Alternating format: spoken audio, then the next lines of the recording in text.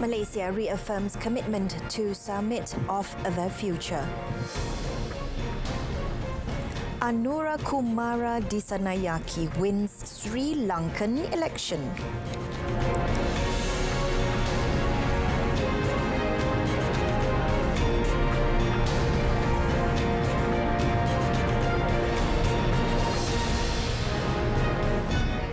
Good afternoon and Salam Malaysia Madani. Thanks for choosing World Today. I'm Renee Fong.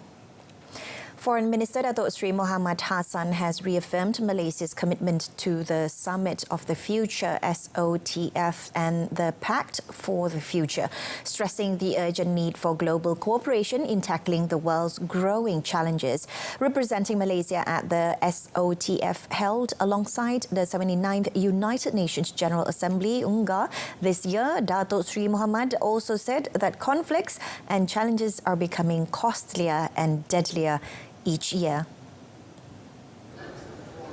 At the summit, Datuk Sri Mohamad also highlighted the world's inability to stop the genocide in Gaza, the impacts of climate change and the widening gap between the global south and north.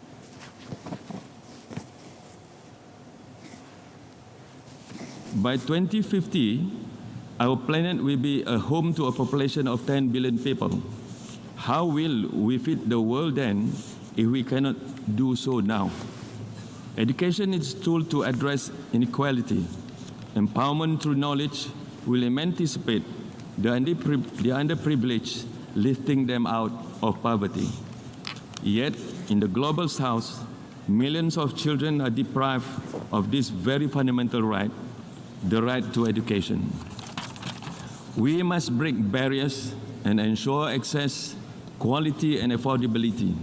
The global community must democratize education. This marks Datuk Sri Mohamad's first appearance at the UNGA since assuming his role in December 2023, representing Malaysia at the 79th session, which runs until 30th September. Meanwhile, Japanese Prime Minister Fumio Kishida, who spoke at the summit on Sunday, told the gathering of world leaders that nuclear disarmament and the international rule of law are two issues that must be addressed. He said the increasingly dire situation surrounding nuclear disarmament and non-proliferation must be addressed. No matter how difficult the path to a world without nuclear weapons may be, progress to achieve the target must not be stopped. Japan is the only nation to have suffered atomic bomb attacks and has long renounced nuclear weapons, relying instead on the United States to deter potential nuclear-armed rivals such as China, North Korea and Russia. Earlier in the day at the summit, the United Nations General Assembly adopted a Pact for the Future, which UN Secretary-General Antonio Guterres described as a landmark agreement that is a step change towards more effective, inclusive, networked multilateralism. The pact, which includes a global digital compact and a declaration on future generations, was adopted without a vote after some 9 months of negotiations at the start of a 2-day summit of the future. In his speech at the summit, President of Brazil, Luiz Inácio Lula da Silva, spoke on the need to boost the fight against climate change and rethink global governance through international institutions. Lula demanded more action to keep the planet safe from the environmental crisis as a wave of wildfires has ravaged the South American nation amid a severe drought and high temperatures. The Brazilian leader also referred to the global challenges such as the pandemics and the wars raged in Europe and the Middle East by calling to a multilateral institutions overhaul. The United Nations General Assembly adopted a pact for the future on Sunday, which UN Secretary-General Antonio Guterres described as a landmark agreement that is a step change towards more effective, inclusive, networked multilateralism.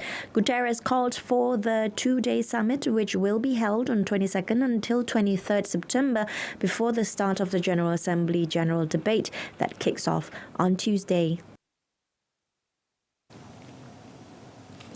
Also at the United Nations Summit of the Future, South African President Cyril Ramaphosa called for significant reforms in global governance structures, including the UN Security Council. Pact for the Future is a great opportunity to change and also to reinvigorate the multilateral system so that it is fit for purpose to address the challenges that the world faces, placing the fate of the world's security in the hands of a select few when it is the vast majority of the peoples of the world who bear the brunt of the various threats is unjust, unfair, and unsustainable. Ramaphosa stressed the importance of multilateral actions and concrete commitments to advance peace and development in Africa and the world. The United Nations General Assembly adopted a pact for the future on Sunday, which UN Secretary-General Antonio Guterres described as a landmark agreement that is a step change towards more effective, inclusive, networked multilateralism. Sri Lankans elected Anura Kumara Dissanayake as new president on Sunday, putting faith in his pledge to fight corruption and bolster a fragile economic recovery following the South Asian nation's worst financial crisis in decades. Dissanayake, 55, who does not possess political lineage like some of his rivals in the presidential election, led from start to finish during the counting of votes, knocking out incumbent President Ranil Wickremesinghe and opposition leader Sajid Premadasa. මෙම අපේ රට ගිලී තිබෙන අර්බුදයෙන් ගොඩ ගැනීමට නම් ජනතාවගේ ජනවරම සහිත පාලනයක අවශ්‍යතාවය තිබුණා. මොකද අපි දන්නවා පෞගේ කාලේ ජනවරම විවිධ විකෘති වීමකට භාජනය වෙලා තිබුණා. පාර්ලිමේන්තුව ඉන්න ඔබට තියෙන ආයතනයන් තුළ පවා ජනවරමේ විකෘති වීමක් තිබුණ නිසා අපි මේ රට ඉදිරියට ගෙන යන ජනවරම යලි ස්ථාපිත කළ යුතු තිබෙනවා. ඒ නිසා මම හිතන්නේ ජනාධිපතිවරණයේ ප්‍රධාන කරුණක් ඉන්න පසුව මම හිතන පාර්ලිමේන්තු මැතිවරණයත් එහා සමගාමීව පැවැත්විය යුතු ස්ථාවරයක් තියෙනවා. The election was a referendum on Wickremesinghe, who led the heavily indebted nation's fragile economy recovery from an economic meltdown, but the austerity measures that were key to this recovery angered voters. He finished third with 17% of the votes. Dissanayake polled 5.6 million or 42.3% of the votes, while Premadasa was second at 32.8%. Israeli forces stormed Qatari news channel Al Jazeera's office in the West Bank city of Ramallah on early Sunday. Its bureau chief Walid Omari said that the raid happened around 3 a.m. local time when Israeli forces blocked off the surrounding street and destroyed the office's main entrance. The Qatar headquartered channel aired live footage of Israeli troops entering the office with their weapons drawn. After that, they evacuated the Al Jazeera personnel and stopped them from doing their work before handing them an order that the office will be closed for 45 days. Al Jazeera called the raid a criminal act and held the government of Israeli Prime Minister Benjamin Netanyahu responsible for the safety of its journalists. The network added that it would take legal action to protect its rights and promised to continue its coverage. Armored vehicles and Israeli troops could be seen patrolling the area outside the building. And in May, Israeli authorities raided a Jerusalem hotel room used by Al Jazeera as its office after the government decided to shut down the Al Jazeera TV station's local operations. German Chancellor Olaf Scholz's Social Democrats SPD looked set to fend off the far right in a state election in Brandenburg on Sunday after trailing behind the Alternative for Germany AfD throughout the campaign. The SPD, which has governed the states surrounding Germany's capital Berlin since reunification in 1990, scored 31.8% of the vote, ahead of the far-right Alternative for Germany on 29.2% in a last-minute comeback, according to the exit poll by public broadcaster ZDF. The success for the SPD could give Scholz a slight reprieve from party discussions about his suitability to be once more its chancellor candidate for the federal election scheduled for next September, given his unpopularity with voters. It is unlikely, however, to give him or his party a major boost given the popular incumbent SPD Premier Dietmar Woidke had distanced himself from Scholz during the campaign and criticized the federal government's policies. 3/4 of those who voted for the SPD did not do so out of conviction, but rather to fend off the AfD. And according to the exit poll published by Germany's other public broadcaster, ARD. According to ZDF, turnout rose to 73% from 61% 5 years ago. Indonesian President Joko Widodo commended the success of the military and police in releasing New Zealand pilot Philip Mertens from Papuan armed group hostage, calling it a long process. Mertens was freed and picked up by a joint team in the Nduga area, undergoing health checkups and a psychological examination in Timika Regency. He was flown to Jakarta on Saturday evening to meet his family and be handed over to the New Zealand embassy. The Indonesian president insisted that every activity in Papua should include an escorting security officer, be it in building road infrastructures such as bridges or for pilots who fly in logistics to Nduga or Wamena for the peak. Jokowi said everything has to be escorted by the military or police for safety.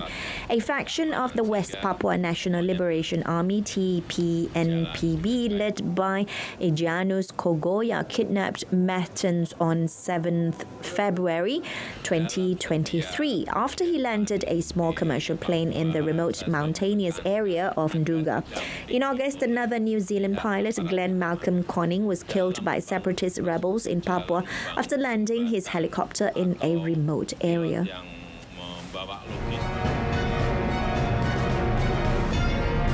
Up next, death toll rises in internal Mexican cartel war.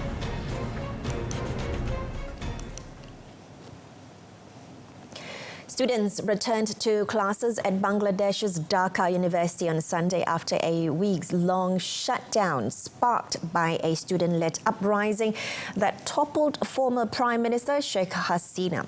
Tens of thousands demonstrated on campus and in the surrounding Shahbag neighborhood as protests against job quotas morphed into a nationwide struggle to end Hasina's 15 years of iron-fisted rule.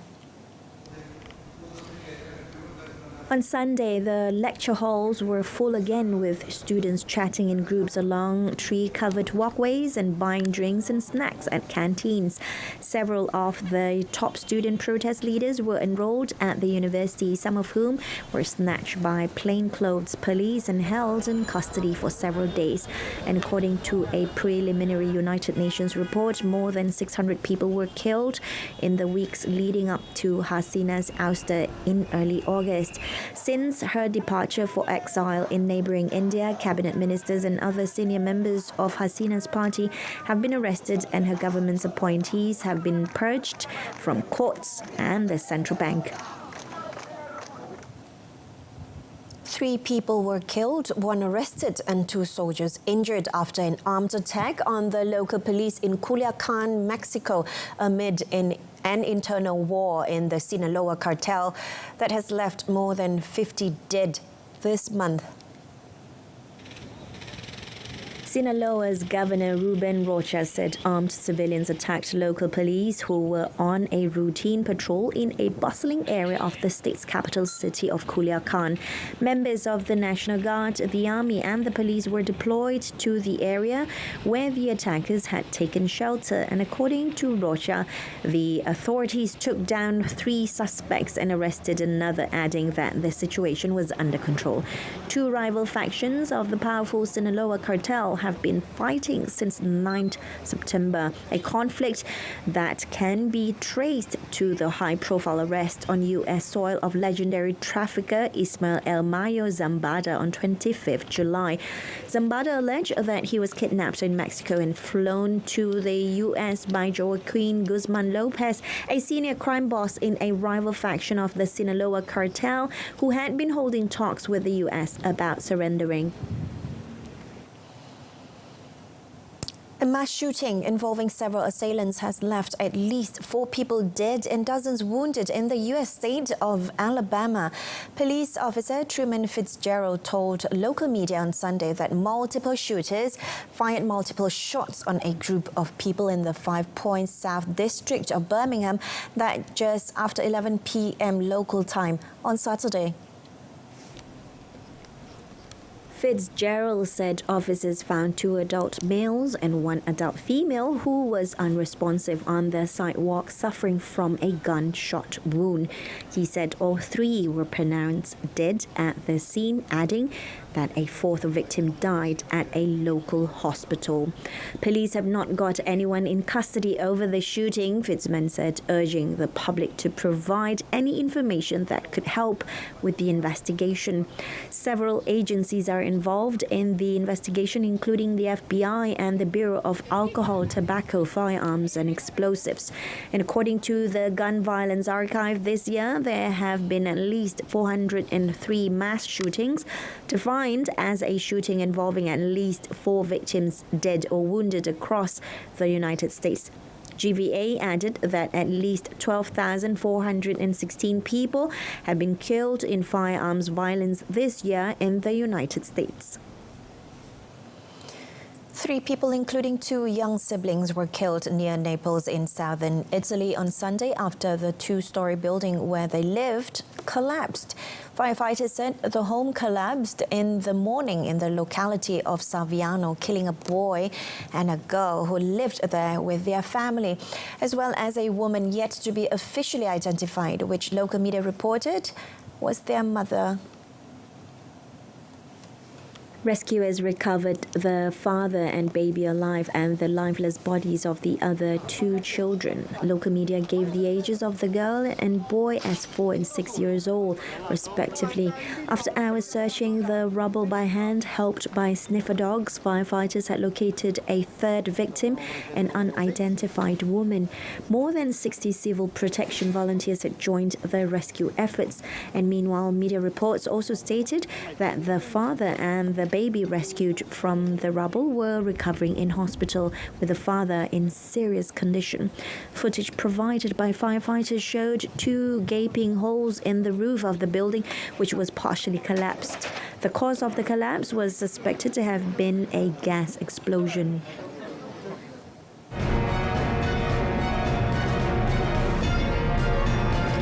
To come in sports, Arsenal forced to a draw with City after Clutch Stone's equaliser.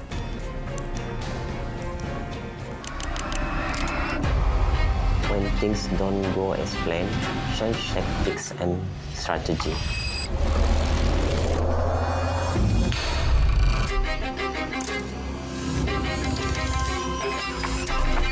Take your mark!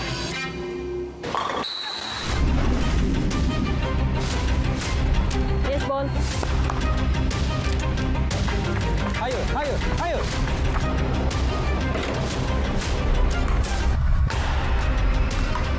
Be patient, but move quickly when the time is right. Nice. Yeah, faster, faster, faster, faster.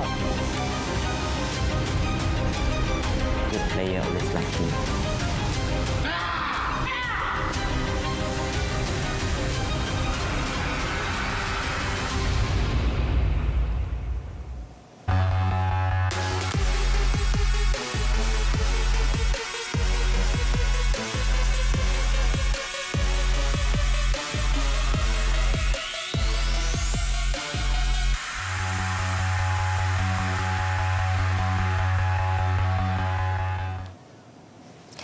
begin the sports segment with badminton. National professional men's doubles Goh Zifei and Nur Izzuddin Muhammad Rumsani propelled to a career high when they snared the China Open by defeating a host pair in Changzhou last night.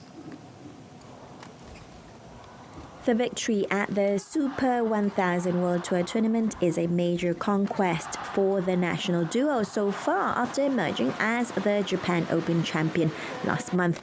In yesterday's final, the world number 12 pair, who were seeded 7th in the tournament, were not given an easy path by He Zhiting and Ren Xiangyu when they lost 13-21 in the first set. However, Zhifei and Nur Izzuddin bounced back to win the next two sets, 21-12 and 21-17, over the world's 7th ranked pair. As the champion of the China Open, Zhifei and Nur Izzuddin took home the winning prize of $148,000. The outstanding achievement also put Zhifei and Nur Izzuddin as the second national men's doubles pair to clinch the China Open title after the last time by the legendary pair of Datuk Sri Jalani and Datuk Razif Siddiq in 1989. For the record, at the end of last month, the Badminton Association of Malaysia (BAM) announced that it accepted Zhifei and Nur Izzuddin's application to turn professional from 1st September.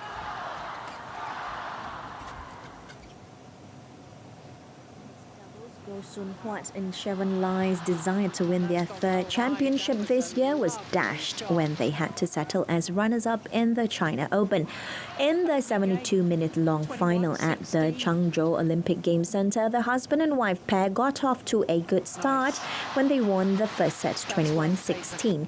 Sun Huat and Chevron started the second game against Feng Yanzhi and Huang Dongping with more confidence, racing to a 5-0 lead, but were again let down by errors which saw the Chinese duo get 4 straight points. It was a close contest thereafter as the teams entered the break 11-10 in favour of the home pair. The Malaysians had their work cut out for them after Yan Zhe and Dong Ping increased their lead to 7 points before taking the game 21-14 in 23 minutes. The rubber game saw another close fight with the two pairs going neck and neck. The Chinese pair led 7-6 before the Malaysians took the lead for the first time at 8-7. However, it was a short-lived joy for the Malaysian supporters in the crowd as Yan Zhe Dongping went into the break with a 11-9 lead. They soon extended their lead to 20-11 and overcame a gallant fight back from Sun Huat Chevron to win 21-17 in 29 minutes and clinch the BWF Super 1000 title. John Stones scored deep in injury time as Manchester City salvaged a 2-2 draw with 10-men Arsenal earlier this morning to remain top of the Premier League table after a rip-roaring battle against their bitter title rivals. Erling Haaland put City ahead in the 9th minute when Savinho threaded a beautiful through ball that the big Norwegian sprinted onto, then slotted past David Raya. Ricardo Calafiori cancelled out Haaland's goal with his first for Arsenal, a screamer from about 20 metres out in the 22nd minute. Gabriel put their visitors ahead in first half injury time when he darted in to leap high and head home Bukayo Saka's corner. Arsenal were reduced to 10 men when Leandro Trossard was shown a second yellow and sent off just before half-time for kicking the ball away and delaying the restart. They looked poised for their first win at the Etihad Stadium since 2015 before Stones prodded in from close range in the 98th minute. The draw in what was more of a slugfest than a chess match left Pep Guardiola's men with 13 points after 5 matches, while Mikel Arteta's Arsenal are 4th with 11. Carlos Alcaraz beat Taylor Fritz 6-2 and 7-5 to hand Team Europe a 13-11 victory over Team World in the Laver Cup in the last session of the tournament on Sunday. Four-time Grand Slam champion Alcaraz romped through a one-sided first set before finishing off United States Open finalist Fritz as Team Europe clinched their fifth Laver Cup title. Team World looked in a commanding position on Saturday when Ben Shelton and Alejandro Tabilo defeated Stefano Tsitsipas and Casper Ruud to put them 8-4 up. However, captain Bjorn Borg's Team Europe came into the final day of competition full of fight, and Alcaraz teamed up with Ruud to defeat Americans Shelton and Francis Tiafoe 6-2 and 7-6 in the early doubles match to take 3 points and reduce the deficit to 8-7. Team World extended their lead when Shelton beat Daniil Medvedev 6-7, 7-5, 10-7, putting the team captained by John McEnroe within touching distance of a third consecutive title. However, Alexander Zverev gave Team Europe hope when he overcame Tiafoe 6-7, 7-5, 10-5 to send the competition into a thrilling final session where French Open and Wimbledon champion Alcaraz wrapped up victory. Next year's Laver Cup takes place in San Francisco with Yannick Noah captaining for Team Europe and Andre Agassi for Team World. Italian Enea Bastianini won his home Emilia-Romagna Grand Prix on Sunday after a final lap showdown with Pramac Racing's Jorge Martin to give Ducati a 100th MotoGP victory, while reigning champion Francesco Bagnaia crashed out while in third place. Spain's Marc Marquez finished third for Gresini Racing at the Misano circuit, and with 3 Ducati bikes on the podium, the Italian manufacturer also clinched the Constructors' Championship with 6 rounds to spare.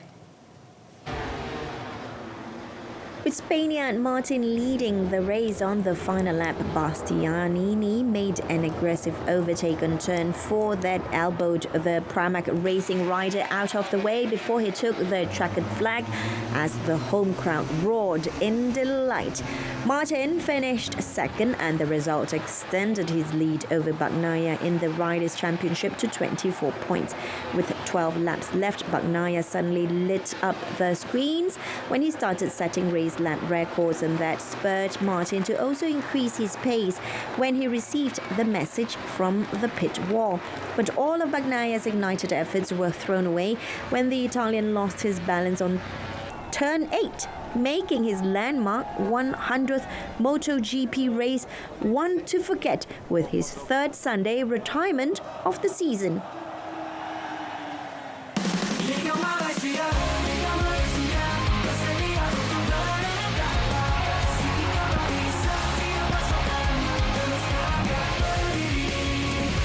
Melaksanakan misi, mempertahan maruah, mencipta secara setiap pertembungan, takkan jenta dengan asalkan membuat peluang bersegarkan satu perjuangan, satu suara akan demi rencana di dada dalam memburu takkan keaduan, kekuatan bicara.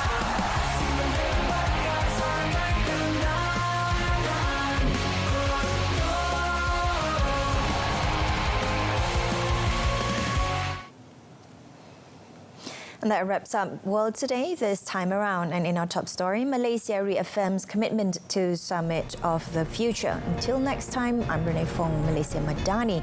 From the river to the sea, Palestine will be free. Thanks for watching and have a pleasant afternoon.